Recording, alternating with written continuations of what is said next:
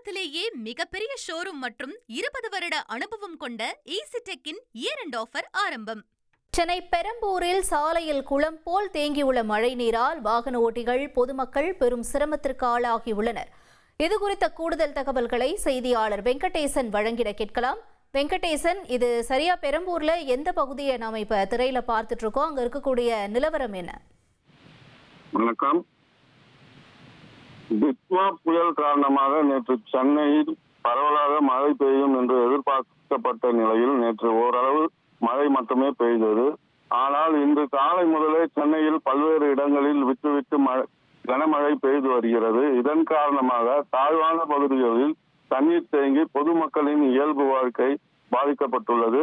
அந்த வகையில் பெரம்பூர் நெடுஞ்சாலை, பிபி சாலை, ஸ்டீபன்சன் சாலை, வேசர்பாடி ஜீவா சந்திப்பு, மேல்பட்டி பொன்னப்பன் தெரு உள்ளிட்ட பல்வேறு இடங்களில் மழைநீர் தேங்கியுள்ளது.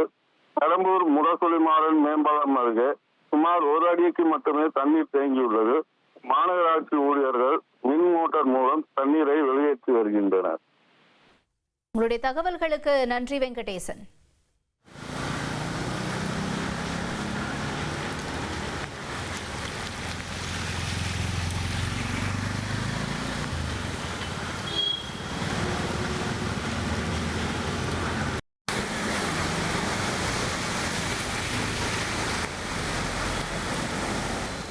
தமிழகத்திலேயே மிகப்பெரிய ஷோரூம் மற்றும் 20 வருட அனுபவம் கொண்ட ஈசிடெக்கின் இயர் எண்ட் ஆஃபர் ஆரம்பம்.